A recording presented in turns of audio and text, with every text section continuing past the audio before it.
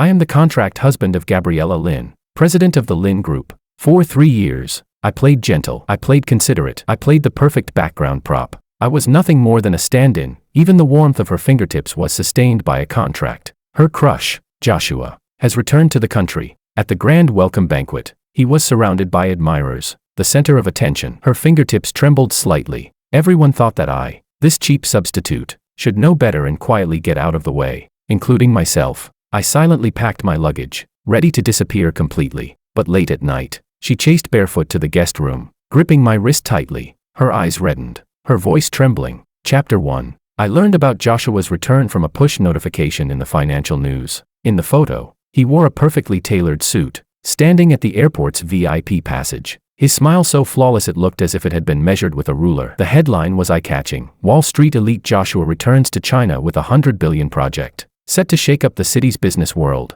My finger paused on the screen for a fraction of a second. Then I swiped it away expressionlessly. None of my damn business. But it was clearly Gabriela's business. That evening, as usual, I was in the kitchen preparing dinner. Gabriela came home half an hour later than usual. The sound of her high heels on the floor was a bit hurried. Instead of going straight to the study like she normally did, she stopped by the island in the open kitchen. I was lifting the blanched broccoli out of the pot and didn't turn around. There's a gathering tonight. Her voice sounded the same as always, calm, formulaic. Change your clothes and come with me. What kind of gathering? I asked casually as I rinsed the broccoli under cold water. There was a 2-second silence on the other end. Joshua is back, she said. A few friends are hosting a welcome dinner for him. My hand paused slightly as I turned off the faucet. Water droplets slid down the vivid green stalks of the broccoli. Friends. When she used to mention this man, she called him an old acquaintance, or simply the Koo family's son. Now he was a friend. Sure. I shook the water off my hands, turned around, and leaned against the counter to look at her. She was wearing a pearl-white silk blouse paired with a black pencil skirt. Her long hair was meticulously pinned up,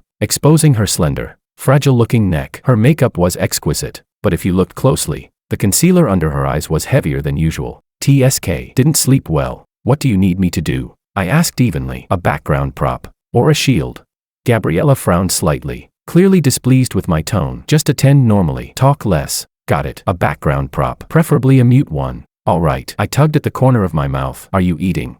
No. No time. She glanced at her watch. Hurry up. The driver will be downstairs in 20 minutes. She turned and went upstairs, her steps still a little rushed. I watched her disappear around the corner of the stairs, then looked down at the 2 dishes and 1 soup already set on the counter. Fine. Don't eat then. I'll eat by myself. I finished dinner unhurriedly, washed the dishes, and went upstairs to change. There was a whole row of outfits in the closet that Gabriela had people prepare for me, low-key in appearance, but terrifyingly expensive brands. I picked the most inconspicuous dark gray shirt and black pants. The man in the mirror was fairly tall, with a decent face, but the laziness between his brows didn't quite match the carefully chosen outfit. I brushed the slightly overlong hair from my forehead. TSK. Forget it. No one would be looking at me tonight anyway. When I went downstairs, Gabriela was already waiting in the living room. She had changed into a smoky pink satin gown, with a small black blazer draped over it. A pair of diamond stud earrings shimmered subtly under the lights. She was looking down at her phone, the lines of her profile drawn a little tight. Hearing my footsteps, she looked up at me, her gaze sweeping over me once without comment. Let's go. The atmosphere in the car was stifling. She kept looking at the night scenery flashing past the window, her fingertips unconsciously rubbing along the edge of her phone. I leaned against the other side,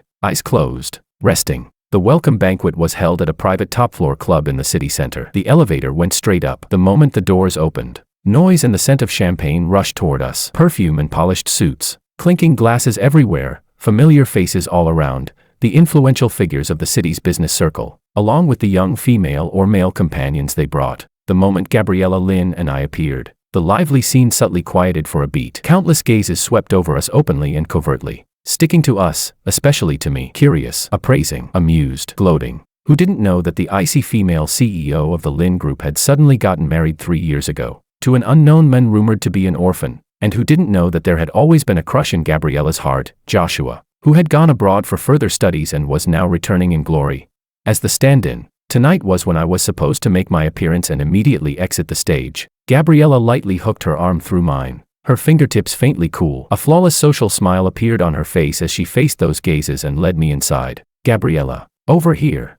Someone called out. It was Manuel, Gabriela's college classmate and one of the organizers of tonight's gathering. Several people were already clustered around him, and the one being fawned over at the center was none other than Joshua. Joshua was even more eye-catching than in the photos. Tall, long-legged, dressed in a perfectly fitted tuxedo, his hair meticulously slicked back. He wore a gentle yet distant smile, listening sideways to a balding middle-aged man beside him, nodding occasionally, his posture elegant and composed. Hearing the voice, he turned around. His gaze landed on Gabriela's face first. In that instant, too many emotions surged within it: nostalgia, guilt, tenderness, and a trace of pain that was hard to detect. Quite the performance. Then, only then, did his eyes slowly move to me, carrying just the right amount of curiosity and scrutiny. "Gabriela, you're here," he said. His voice was the kind of carefully polished low and pleasant tone. He walked toward us, every step looking as if it had been measured. "Joshua, welcome back," Gabriela said. Her voice was steady, but I felt the arm loop through mine tighten ever so slightly. "Thank you." Joshua stopped in front of her, his eyes fixed deeply on her, almost greedily, before he restrained himself and turned to me with a smile. "And this is..." The entire room fell quiet. Everyone pricked up their ears. Gabriela took a breath. Her voice was clear and even. "My husband, Albert." "Hello." Joshua extended his hand toward me, his smile impeccable. "I've often heard friends mention you. Finally meeting you today." I looked at the hand he offered. Long, clean fingers, neatly trimmed nails. I smiled as well and shook it. His hand was slightly cool, his grip neither light nor heavy, carrying a subtle, almost territorial pressure. "Mr. Koo, I've heard a lot about you," I said as I let go and slid my hand back into my pocket, my tone lazy. "Just saw you in the news, 100 billion project." "Impressive." It sounded like praise, but paired with my drawl, it came off more like perfunctory politeness. Joshua Koo's smile didn't change, but his eyes grew a shade deeper. "Just a small achievement, hardly worth mentioning." "Not like you, Albert, winning Gabriela's favor. That's the real victory in life." There was a barb in those words. A few people around us were already wearing expressions of eager anticipation. Gabriela frowned, as if she wanted to say something. I spoke before she could, still in that half-dead tone of mine. "Just good luck." Picked up the scraps. A flash of coldness passed through Joshua's eyes, but his expression remained warm and genial. He stopped looking at me and turned back to Gabriela, his tone familiar and intimate. "Gabriela, shall we talk over there? There's a project I'd like to hear your thoughts on." Gabriela hesitated and looked at me. "Go ahead." I jerked my chin at her, casually taking a glass of champagne from a passing waiter's tray. "I'll wander around." She looked at me, her lips moving slightly. In the end, she only said softly, "Don't drink too much." Then she followed Joshua toward the center of the crowd. He subtly turned sideways and lightly supported her lower back, protective in posture. Gabriela's back seemed to stiffen for a split second, but she didn't move away. The surrounding gazes instantly grew hotter, mixed with low murmurs. I didn't need to listen to know what they were saying. "Look, the real deal is back. The stand-in should step aside." I swirled the champagne in my hand and tipped my head back for a sip. TSK. So damn sour. Chapter 2. Holding that unbearably sour glass of champagne, I tucked myself into a corner by the window. Outside the floor-to-ceiling glass was the city's brilliant nightscape, lights scattered like a shattered Milky Way. Beautiful, but a bit blinding. The atmosphere inside was lively. Joshua was unquestionably the absolute center. Wherever he went, a crowd gathered around him. He chatted with ease, quoted references effortlessly, occasionally tossing out a few cutting-edge insights that drew nods of agreement, eyes full of admiration and ingratiation. Gabriela stood beside him most of the time. She didn't speak much, only offering a brief comment or two when Joshua looked at her. She stood straight, her profile looking slightly blurred under the shifting lights. Someone drifted over to my side and offered me a cigarette. It was Manuel, the one who had called out to Gabriela earlier. He wore a smile, but his eyes carried a sharp, probing look. "Albert, hiding out here by yourself?" He lit the cigarette for me. I took a drag and didn't answer. He didn't mind. Leaning against the railing beside me, he also looked toward the center of the crowd and clicked his tongue. "That Joshua kid went abroad, got himself gilded, and now he's on a whole different level. Just look at that presence." I exhaled a smoke ring. "I hear he did extremely well on Wall Street these past few years, holding a ton of resources in his hands. Now that he's back, several major families are scrambling to work with him." Manuel glanced at me and lowered his voice. "Back in college, he and Gabriela were the golden couple of our department. Later, when the Koo family ran into trouble, he had no choice but to go abroad. And Gabriela back then." Sigh. He didn't finish the sentence, but everything was already packed into that sigh. Golden couple. No choice. Regret. And me barging in sideways, wasn't I the biggest flaw and stumbling block in that so-called beautiful story? "Albert, don't blame me for being blunt." Manuel patted my shoulder, his tone carrying a hint of pity, like consolation. "Some things just can't be forced. Who Gabriela has in her heart, we all know. These 3 years haven't been easy for you either. If you ask me, Take it easy, you won't be shortchanged. President Lin isn't a stingy person. I flicked the ash off my cigarette and smiled. Young Master Zhou, planning my future for me now. Manuel looked a bit awkward under my smile and laughed it off. Not like that. I just think you're a sensible guy. Albert, this circle works like this. Today the east wind overpowers the west. Tomorrow the west wind overpowers the east. You've got to go with the flow, right? I didn't bother replying, realizing he wasn't getting anywhere. He chatted idly for a couple more sentences before slipping back into the crowd. Go with the flow, I get it. They could see my momentum fading. So they came early, either to curry favor or to step on me for fun. The cigarette was nearly burning my fingers. I stubbed it out on the nearby trash bin. When I looked up again, I happened to see Joshua slightly lower his head, leaning in to say something by Gabriela's ear. She turned her face to the side. I couldn't see her expression, but she didn't dodge. After speaking, Joshua straightened and very naturally reached out, plucking an imaginary loose strand of hair from her shoulder. The gesture was gentle, intimate. A few suppressed, suggestive chuckles rippled through the crowd. Gabriela suddenly stepped back half a step, widening the distance. Joshua's hand paused in midair, then withdrew as if nothing had happened. His smile remained warm, but his eyes darkened slightly. I looked away, feeling bored. I set the empty glass aside and headed for the terrace to get some air. Just as I reached the glass door leading outside, I heard two women's low snickers from behind a nearby pillar. Did you see that?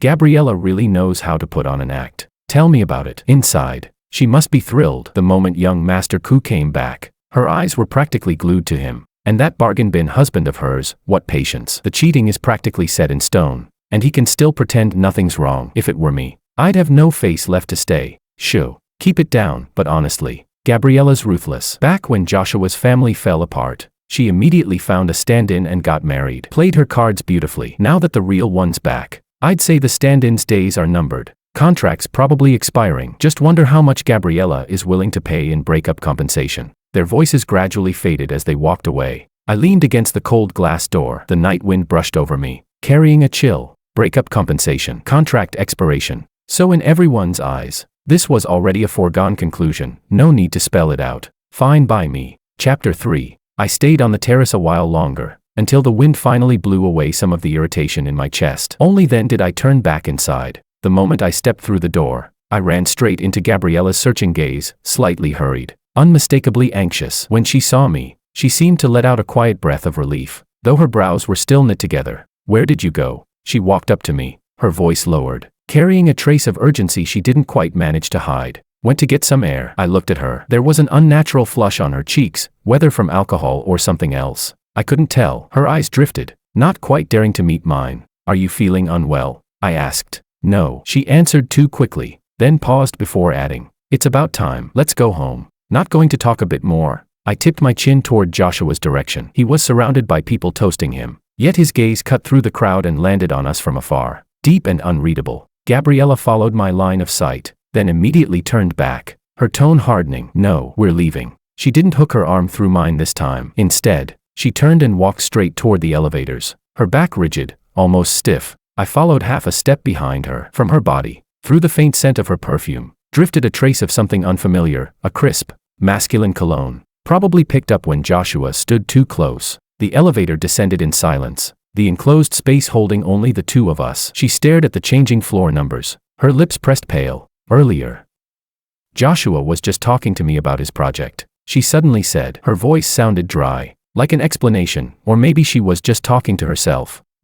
I replied. She clearly hadn't expected that reaction. She turned to look at me, parted her lips, then said nothing. The elevator reached the underground garage. Ding! The doors opened. The driver had already pulled the car over. Gabriela walked over quickly and got in. I followed and took the other side. The car door closed, cutting off everything outside. The air inside felt even more stifling. The entire drive passed without a word. She kept her head turned toward the window, leaving me only a cold, rigid profile. Only after the car pulled into the villa's garage and came to a stop did she unfasten her seatbelt, yet she didn't get out immediately. In the dim light, her hands resting on her knees were clenched tight around the smooth satin of her dress, twisting it into deep creases. Albert, she called my name, her voice very low, carrying a tremor so faint it was almost imperceptible.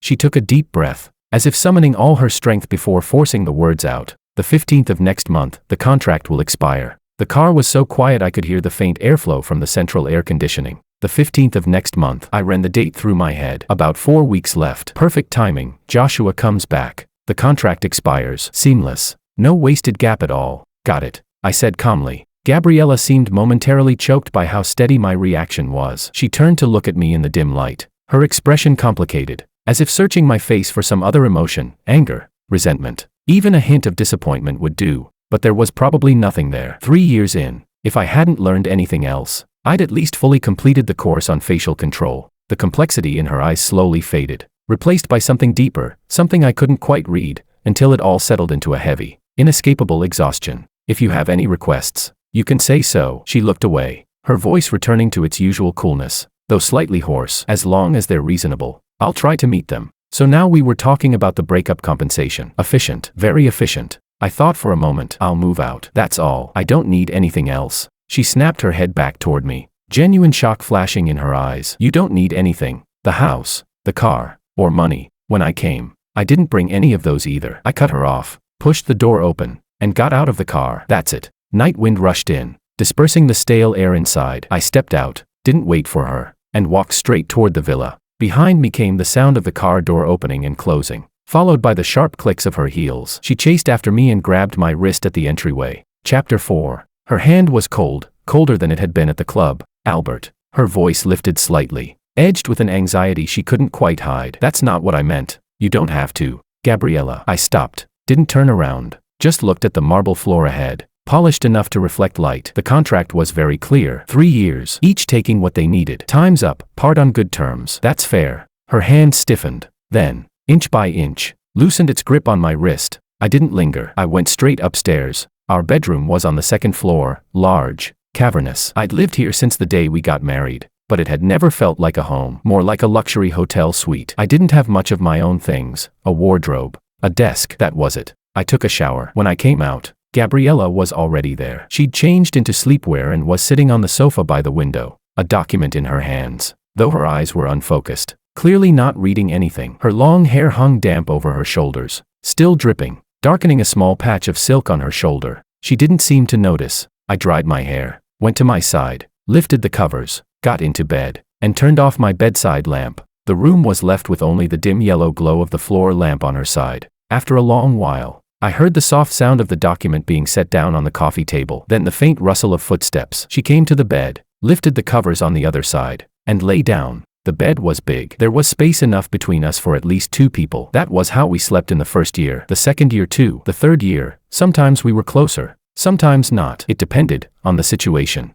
on the need, on whether this performance needed to look more convincing. But most of the time, it was like now, a clear boundary, a river drawn clean between us. From her came the light scent of body wash, the same brand I used, but mixed with her own presence. It smelled different, and beneath it, a very faint trace of something else, an unfamiliar cologne that hot water hadn't completely washed away. I closed my eyes. Albert. In the darkness, her voice was very soft, as if afraid of disturbing something. Are you asleep? I didn't answer. She waited for a bit. When no response came, she said nothing more, only turned over, her back facing me. After who knew how long, I heard her, so quietly it was almost swallowed by the sound of breathing, say, "I'm sorry." The words were light, quickly dissolving into the dark, as if they'd never existed. I lay there with my eyes open, staring at the vague shadows on the ceiling. Sorry. Sorry for what? For using me for 3 years? Or sorry that your crush is back, and this chess piece of yours should step aside? Or maybe it was just a sliver of insignificant guilt, for leaving me alone to face those gazes and whispers at the banquet tonight. There was no need, really. It was just a contract. Payment exchanged. Debt settled. No one owed anyone anything. Chapter 5. I was woken up the next morning by my phone vibrating. I grabbed it and glanced at the screen. It was Manuel. That bastard had just given me advice last night. What did he want so early in the morning now?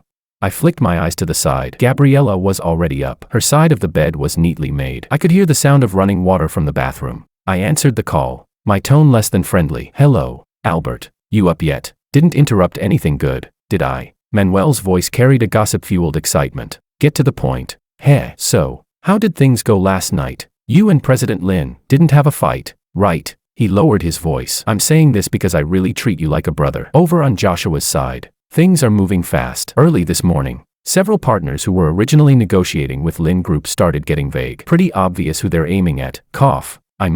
Aiming at President Lin. I sat up and leaned against the headboard, responding with a flat, emotionless, oh. Manuel clearly hadn't expected that reaction. He paused, then continued, Albert, you need to be mentally prepared. Joshua came back with insane momentum. And from what I can tell, he's not letting go of President Lin. Your position, it's shaky. Listen to your brother, while President Lin still has a bit of, well, that feeling for you. Fight for what you should. Get something tangible out of it. Don't take a loss. Finished? I asked. Finished. All right. Hanging up. I didn't wait for him to say anything else before ending the call. The sound of water from the bathroom stopped. A moment later, Gabriela Lin came out, towel drying her hair. She'd changed into a professional suit, her makeup flawless, once again the impeccable President Lin. Only the concealer under her eyes looked even heavier than usual. She froze slightly when she saw me sitting on the bed with my phone, her gaze flickering away before quickly steadying. You're awake. Breakfast is downstairs. She walked over to the vanity and turned on the hair dryer. The hum of the dryer filled the room,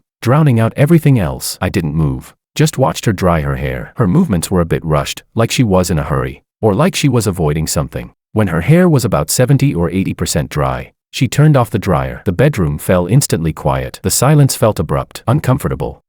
She spoke to the mirror all of a sudden, without the noise of the dryer. Her voice sounded unusually clear and unusually dry. I'll be home late tonight. There's a very important international conference. I responded, lifting the blanket and getting out of bed, heading toward the bathroom. As we brushed past each other, I caught the scent of her body wash, the same brand I used. That irritating trace of cologne from last night was finally gone. Albert, she called after me. I stopped at the bathroom door without turning around. About last night, she hesitated, as if choosing her words carefully. Joshua. He was just being polite. Those collaborations, it's normal business competition. She was explaining, with excuses that sounded pale and powerless even to herself. You don't need to explain any of this to me. I cut her off and pushed open the bathroom door. Your personal matters, your business matters, they have nothing to do with me anymore. And also, I turned back and glanced at her once. She stood in front of the vanity, her back straight, but her face looked slightly pale. Starting today, I'll pack my things. Once I find a place, I'll move out. I won't drag it out until next month.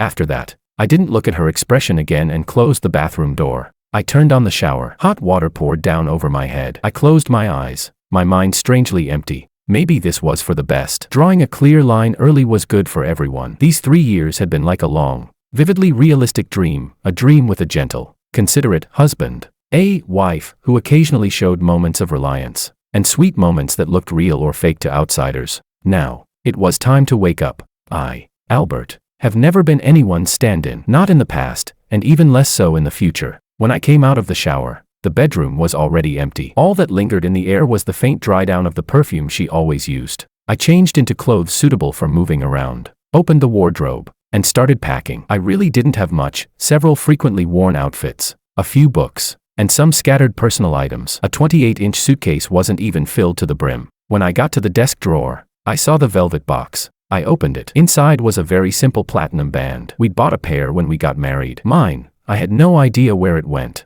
Or maybe I'd never worn it at all. Hers was only ever taken out from the depths of her jewelry box for necessary occasions, put on briefly, just to keep up appearances. I took the box out and placed it in a conspicuous spot on the desk, returning it to its rightful owner. By the time I finished packing, it still wasn't noon. I stood the suitcase upright against the wall and looked around the room I'd lived in for 3 years. Suddenly, it felt a little unfamiliar, and a little ridiculous. Downstairs, the housekeeper Miriam was busy in the kitchen. When she saw me coming down with a suitcase, she jumped, the cleaning cloth dropping from her hands. Sir, you're Miriam. Thank you for taking care of me all this time. I smiled at her. I'm moving out for a while. Miriam was an old hand in the Lin household. She'd been here since the day I moved in. She was kind. Sometimes, when she saw me alone at home, she'd quietly leave me some snacks from her hometown. She looked at me, her lips moving slightly. There was reluctance in her eyes, concern too. In the end, she only sighed, said nothing, and turned to pour me a cup of warm water. No matter what,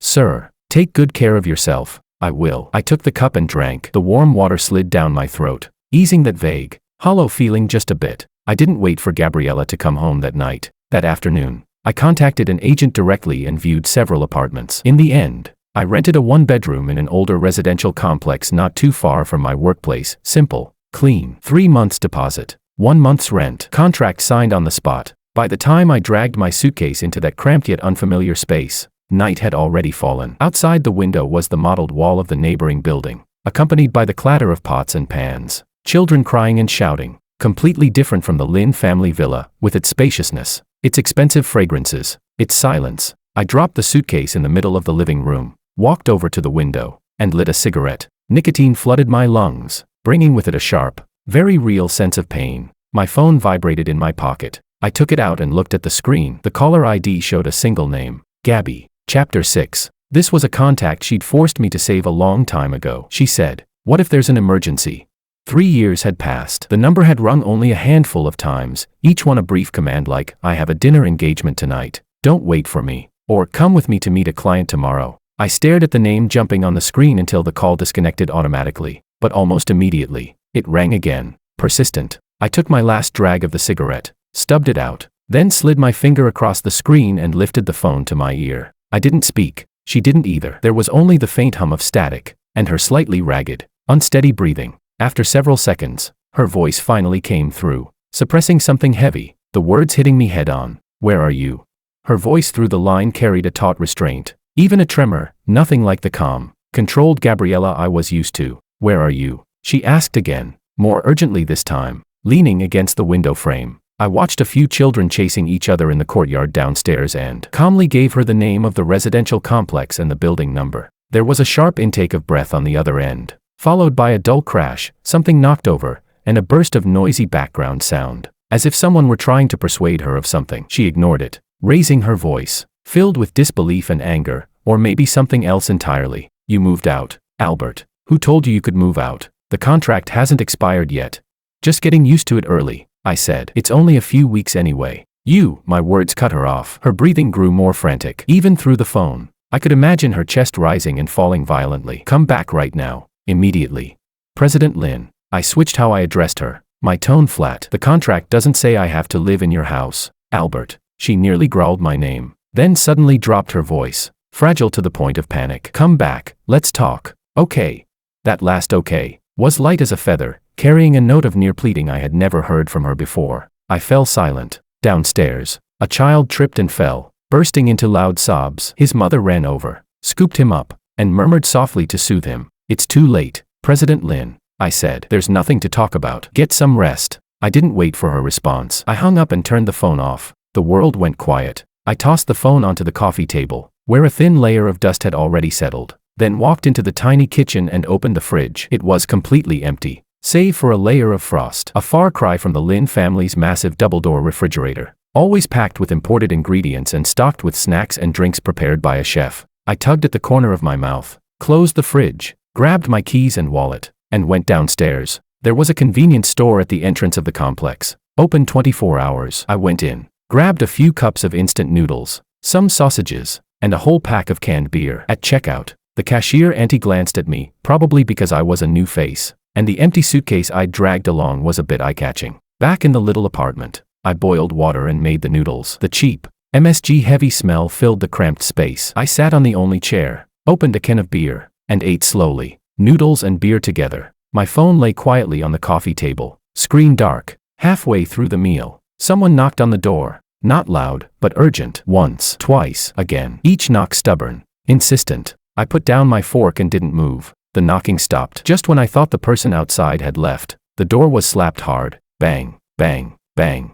The sound was piercing in the still night. "Albert, open the door. I know you're in there." It was Gabriela's voice, strained with suppressed sobs and anger. I frowned, stood up, walked to the door, and looked through the peephole. Outside stood Gabriela, dressed in an off-white suit that clearly cost a fortune. Her hair was disheveled, her meticulously applied makeup smeared. Her eyes were red and swollen, fixed on the door as if she could burn straight through it. She was barefoot, her high heels dangling from one hand, her toes curled against the cold concrete, coated in dust. I had never seen her like this, disheveled, unraveled, like a lost child. I took a deep breath, and opened the door. Chapter 7. The light from the hallway spilled in through the open door, bringing with it the heavy warning scent of alcohol clinging to her. When she saw me, her eyes widened abruptly. Complex emotions churned inside them, grievance, anger, relief, and a kind of panic I couldn't understand. "You," she opened her mouth, her voice hoarse beyond belief. Then she suddenly shoved past me, stumbling into the apartment. The tiny living room was fully exposed at a glance. The suitcase standing in the corner, the half-eaten cup of instant noodles and empty beer cans on the coffee table, the smell of cheap food lingering in the air. Everything here was utterly out of place with her, with the world she came from. She stood in the middle of the room, looking around, her body trembling slightly. Then her gaze landed on my suitcase and froze. You're in that much of a hurry?" She turned to look at me. Tears spilled down without warning, smearing her eyeliner and leaving dark streaks down her cheeks. You couldn't even wait a single day. You just had to get out of my sight immediately. Albert, do I really disgust you that much? I didn't answer. I closed the door, shutting out any prying eyes that might have been lurking in the hallway. Seeing that I remained provenly silent, her emotions flared even more. She took a few steps forward and rushed up to me, lifting her head, her reddened eyes glaring at me fiercely. Say something. Weren't you pretty good at talking before? What? Are you mute now? The smell of alcohol on her was overpowering, mixed with the salty scent of tears. I looked at her, at this woman who had shed every layer of calm and self-control, leaving only disarray and rage behind. You've had too much to drink, Gabriela, I said. I haven't, she shouted, tears pouring even harder. I'm perfectly sober, Albert. 3 years. Even raising a dog for 3 years. You'd grow attached, and you just leave like this, without even saying a word. What do you take me for? A client whose contract you can terminate anytime. Her words cut like knives. Yet strangely, I didn't feel much pain. Maybe I'd already gone numb. That's what the contract says, I reminded her. To hell with the contract, she shrieked, suddenly sweeping her arm across the coffee table. The half cup of instant noodles crashed to the floor. The flimsy paper bowl overturned, soup and noodles spilling everywhere in a filthy mess. She stared at the mess on the floor, then at her own hand now smeared with grease. It was as if all the strength drained out of her at once. Her shoulders slumped. She staggered back 2 steps and leaned against the cold wall. Her head lowered. Her shoulders began to shake violently. Suppressed, broken sobs forcing their way out of her throat, echoing through the silent apartment. She cried. Not the quiet, delicate kind of crying, but the kind children do. Heedless and heart-wrenching. Big tears fell and splashed onto the floor, mixing with the noodle soup, making everything look even dirtier, more pathetic. I stood where I was and watched her cry. That empty place inside my chest felt as if something had pricked it, stirring a faint, unfamiliar ache. I didn't move. I didn't speak. I just watched her cry until her sobs gradually weakened, breaking into intermittent sniffles. She raised her arm and wiped her face roughly with her sleeve, smearing her eyeliner and lipstick all over. Her face looked like a mess, like a little cat that had gotten into trouble. She sniffed, lifted her swollen red eyes to look at me, her voice hoarse to the point of barely being audible. Albert, the contract, let's renew it. Okay. I froze. I thought I'd misheard. Renew it. After Joshua came back. After she'd personally told me last night that the contract was about to expire. After she'd completely lost control like this today. When I didn't respond, she shuffled forward a small step, her bare feet on the cold floor, smeared with dust and tears. She tilted her face up at me, her eyes filled with a near humble plea, repeating, let's renew it. All right, you name the terms, anything is fine. I didn't answer. Instead, I walked over, bent down, picked up the paper bowl and fork from the floor, then pulled out several tissues and slowly wiped up the mess. She stood there, watching my movements, stiff like a statue. I threw the trash into the bin in the corner, went into the cramped bathroom to wash my hands, then came back with a clean, damp towel. When I returned to her, I held the towel out to her. She didn't take it, just looked at me, her eyes hollow. After a brief pause, I raised my hand and gently wiped the smeared makeup from her face with the towel. My movements were a little awkward, but I tried to be as gentle as possible. Her skin was very hot. Her tears were cold. Where the damp towel passed, it left behind clean skin flushed with an unhealthy red. She didn't dodge. She simply closed her eyes, long lashes trembling, wet.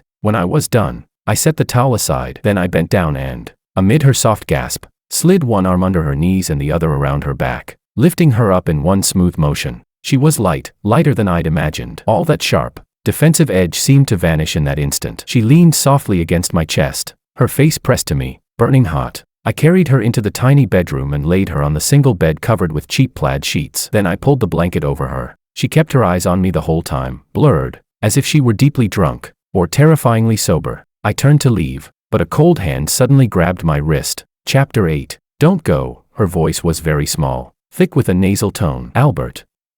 I'm cold. My steps stopped. There was no air conditioning in the room. The old windows didn't seal properly, and the night wind slipped in through the cracks, carrying the chill of late autumn. She'd run all that way barefoot and cried herself out. Whatever warmth the alcohol had given her was long gone. She really was cold now. I didn't pull my hand free. I sat down by the bed. Her hand was icy, gripping my wrist tightly, her nails almost digging into my skin. She shifted closer, burying her face into the narrow space between the blanket and my body. Like a small animal searching for warmth, her warm breath seeped through the thin fabric, brushing against my waist. After a long time, so long I thought she'd fallen asleep, she mumbled again, muffled, heavy with drowsiness and the remnants of tears, renew it, no backing out. I didn't respond. I let her hold on. Outside the window, a few distant dogs barked indistinctly. It was very late. The single bed was narrow. We were pressed close together, body heat passing through layers of thin clothing. Her breathing gradually evened out. Slow and steady. The grip on my wrist loosened slightly, but she still didn't let go.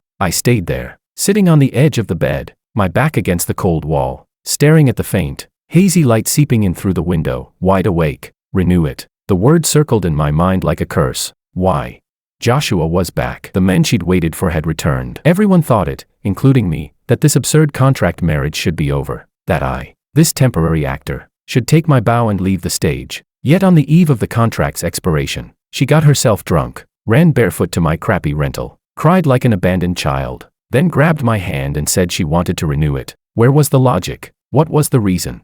I lowered my head and looked at the woman curled up under the blanket. Her sleep was restless, her brows faintly drawn together, moisture still clinging to her lashes. Stripped of her usual dominance and icy composure, she looked unbearably fragile now. Was it because of Joshua? Did he do something, or say something, that frightened her, so she wanted to cling to me, this temporary piece of driftwood? Or was it that these 3 years hadn't just been an act? The thought barely surfaced before I crushed it. Ridiculous. Albert, what are you hoping for? Hoping that this performance crossed the line into something real? Hoping that someone like Gabriela would develop feelings for her contract husband? Anything beyond pure exploitation? Don't flatter yourself. A faint pain came from my wrist. Even in her sleep, her nails were unconsciously pressing in. I moved slightly, trying to pull free. She seemed startled even in her dreams, tightening her grip instead. A muffled, tearful murmur slipped from her lips. I froze and didn't move again. Forget it. Why argue with a drunk? When she sobered up tomorrow and remembered everything tonight, she'd probably feel nothing but embarrassment and regret. By then, without me saying a word, she'd pack up the word renew, along with tonight's disgrace, and throw it straight into the trash. It wasn't until the sky began to lighten that I finally dozed off, leaning against the wall. I hadn't slept long when a slight movement in my arm startled me awake. Gabriela was awake. She blinked in confusion at first, clearly not registering where she was. Then she saw my chin, far too close. She felt how intimate our position was, and, her own hand tightly gripping my wrist, her body stiffened violently, as if she'd been burned. She released me at once, recoiling to the other side of the bed, curling in on herself with her back pressed against the cold wall. Morning light seeped in through the not quite closed curtains, falling across her face. The tear tracks and smeared makeup from last night were gone, leaving only a pallid complexion and a pair of eyes widened by shock, embarrassment, and disbelief. She looked down at the clothes she was wearing, then around the crude, unfamiliar bedroom. Finally, her gaze fixed on me. In her eyes,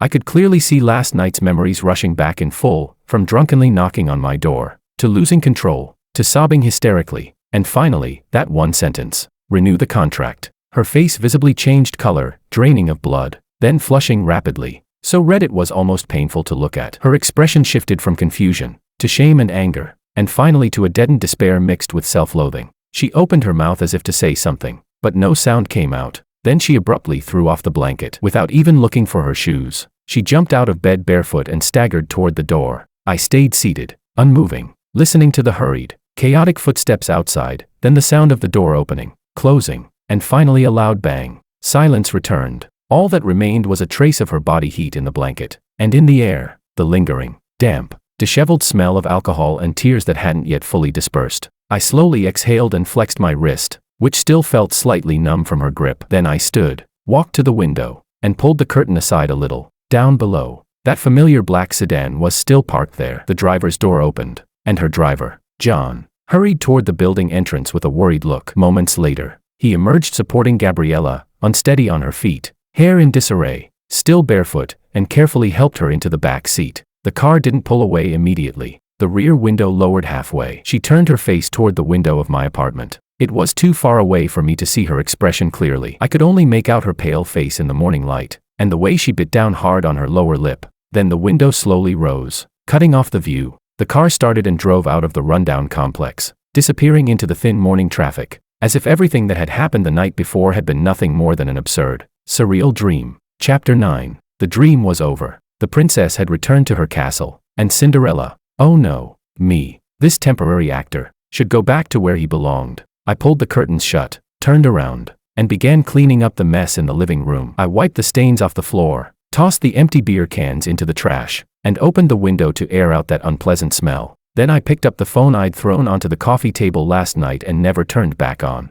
and pressed the power button. The screen lit up the moment the signal returned. Dozens of notification sounds exploded at once, missed calls and messages vibrating wildly in my palm. Most of them were from the same contact, Gabby. The most recent text had been sent half an hour ago, right after she woke up and fled in panic. Just a few words, but they felt like they'd taken all her strength to type. About last night, forget it. I'm sorry. I stared at that line for a long time. Then my thumb hovered over the delete button. It paused for a few seconds. In the end, I didn't press it. I simply backed out of the message app and opened the real estate agent's WeChat instead. I've decided on the apartment. Can we sign the contract today?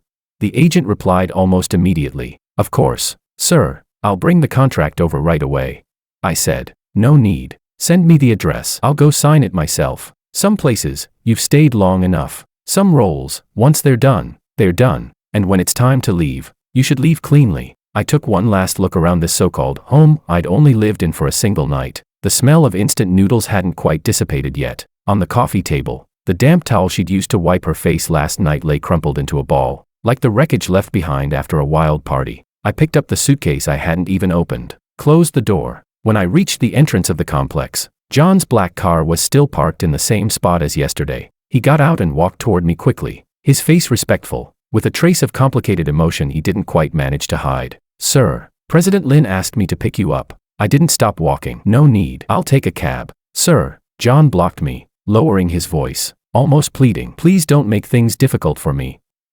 President Lin is in a really bad state today. She didn't even go to the company. If you still don't go back, I'm afraid my job will be finished. He wasn't young. There was gray at his temples. He'd driven for the Lin family for more than a decade. He'd watched Gabriela Lin grow up. I stopped and looked at him. John rubbed his hands together, his face full of helplessness. Sir, I know I don't have the standing to say this. His voice dropped even lower, almost a whisper. But President Lin, she's suffering. The moment Joshua came back, he started pushing hard. The things he said at last night's banquet sounded polite, but every word cut straight into the heart. Early this morning, several board members' calls went straight to President Lin. He sighed and didn't continue. The sunlight was a bit harsh. I narrowed my eyes. That hollow feeling inside me seemed to be scattered even further by the wind. What remained was a dull sensation, hard to tell whether it was irritation or something else entirely. Joshua was pressuring her. With partnerships, with projects, with their past, with the looks of everyone waiting to see the show, putting her over the fire. And her.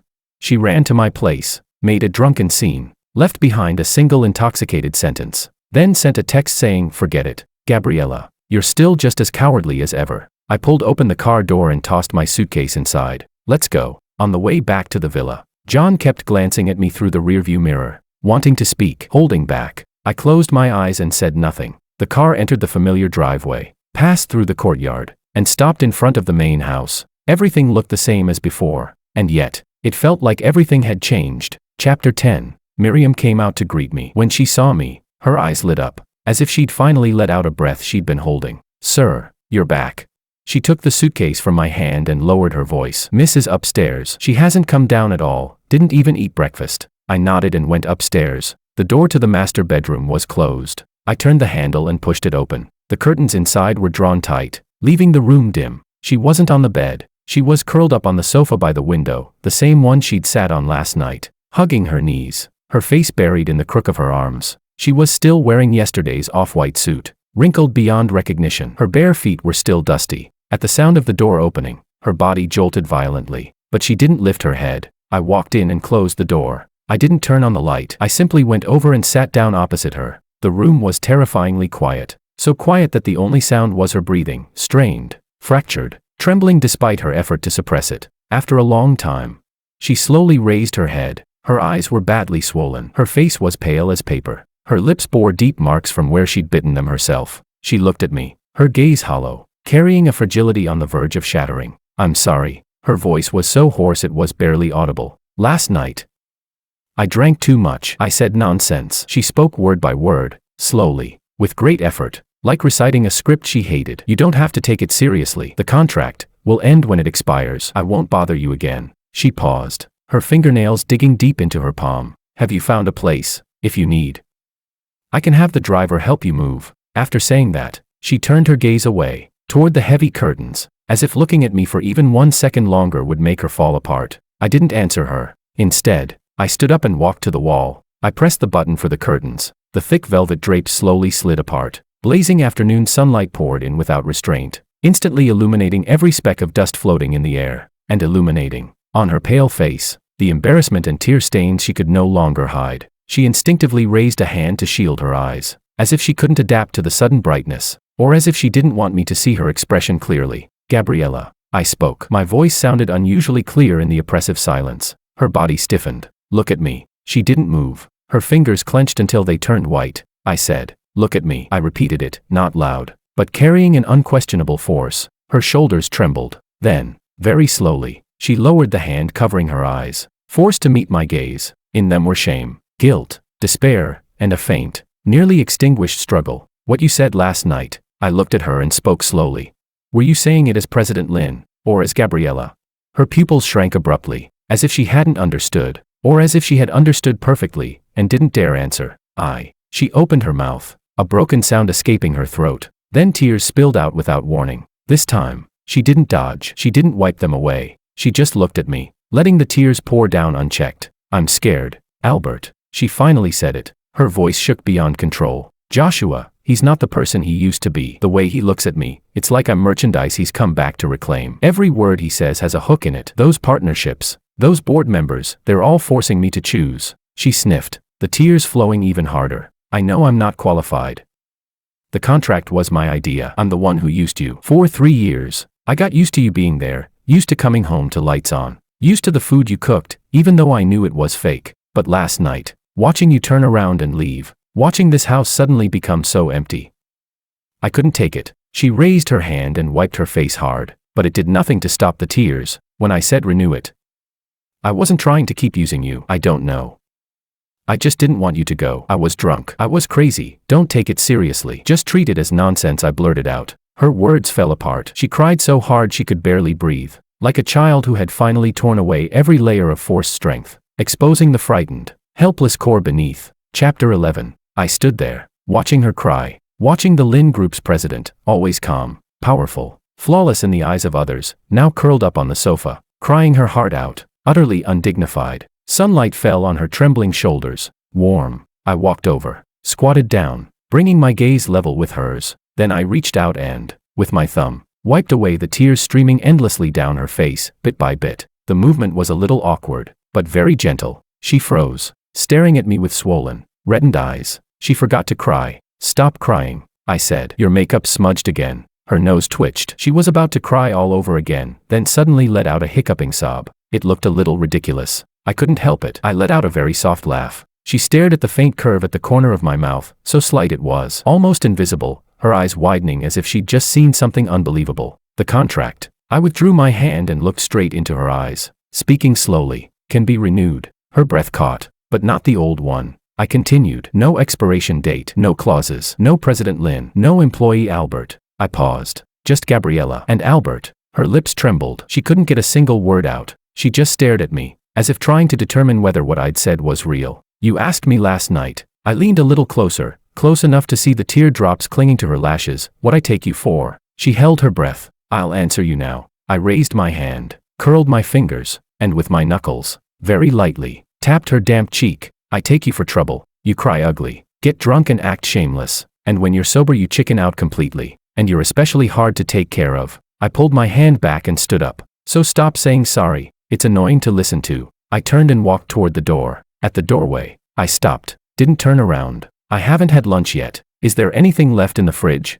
Behind me was a long, suffocating silence. Then I heard a soft rustling sound. She was getting up from the sofa, bare feet stepping onto the carpet, stumbling slightly before steadying herself. Her voice, thick with a nasal tone, yet unusually clear, came from behind me. "Yes, tomatoes, eggs, and noodles." I gave a quiet "Wait." I opened the door and walked out. My footsteps gradually faded away. Inside the room, Gabriela stood where she was. Sunlight poured over her, warm enough to make one want to cry. She slowly lowered her head and looked at her dirty, dust-stained bare feet. Then, slowly, she curled her toes and relaxed them again. At the corner of her mouth, little by little, a smile curved upward, a small smile, tearful, but undeniably real.